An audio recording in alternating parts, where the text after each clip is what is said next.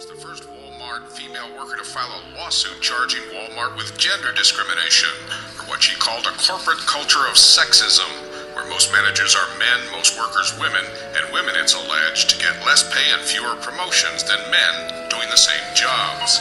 Now the women of Walmart are asking the U.S. Supreme Court for permission to sue Walmart as a group or class instead of individually. And the case would become the largest employee sex discrimination lawsuit in American history.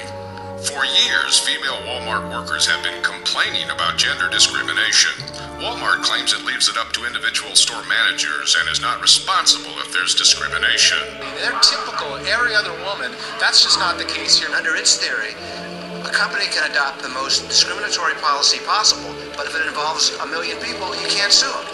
We brought the case in this size because we were challenging company-wide practices that consistently discriminated against women in every one of the regions in which the company does business in this country.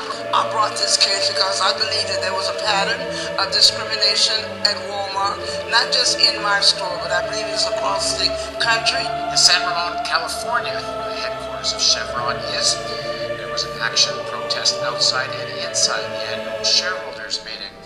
Many people were involved, including people from communities around the world affected by Chevron activity. Powerful women's protests of Chevron Corporation against Chevron for its environmental and human rights abuses in Nigeria, and which garnered a lot of international media attention when a group of women took over an oil installation and threatened to take off their clothes if the company did not negotiate with them. The impact of the gas explosion that took place in Bayelsa State in January 2012 region. There are no other source of drinking water for the people. And when oil is spilled into this river, into this stream, the river becomes polluted. And because there is no option, the people still go back to that polluted water and they drink from there. And this has health implications. That roam Iraq with impunity. Among the most powerful of the companies operating in Iraq is Blackwater USA, a secretive company based in the wilderness of North Carolina. It's headed by a right-wing, Christian conservative bankroller of President Bush and his allies. And Blackwater envisions itself as the FedEx of the national security apparatus. But the reality is that Blackwater has become a prime player in the war on terror, nothing short of the Bush administration's Praetorian Guard. I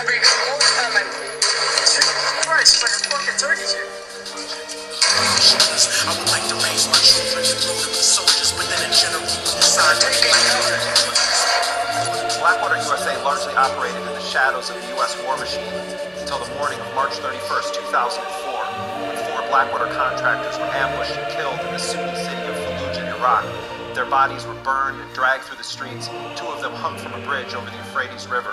For most people, it was the first that they've ever heard of private military contractors operating in Iraq.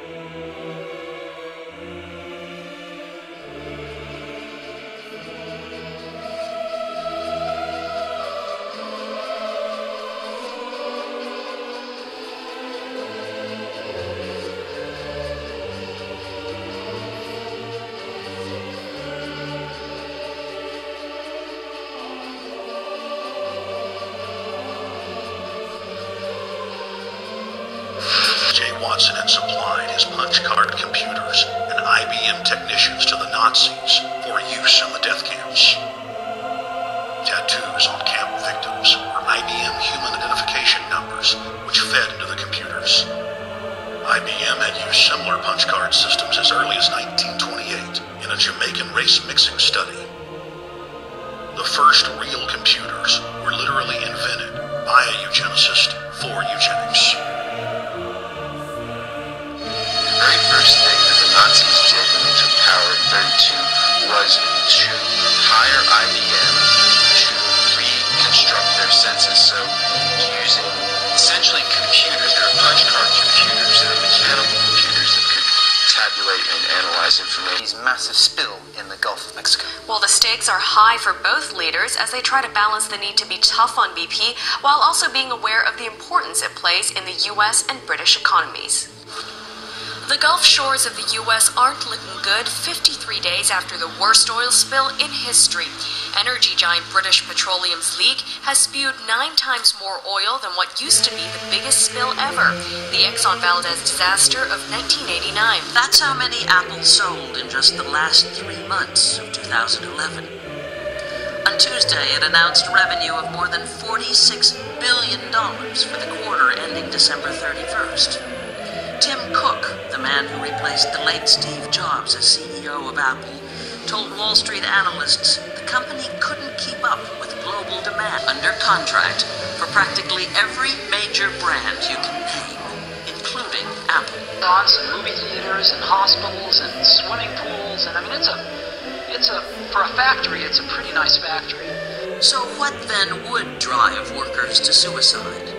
The pressure to produce, especially to keep up with demand for a hot device like a new iPhone, according to Mike Daisy.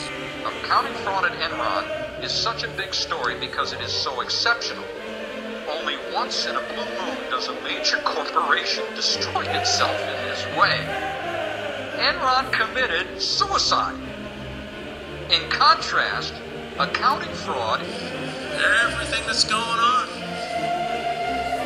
And you're sitting here as the CEO saying you just decided on the same day you're walking away and you really don't know much about any of the things that any of the members here are asking about here today. Well, it's hard to believe, Skilling, given your discussions that they had, that would somehow hurt his compensation.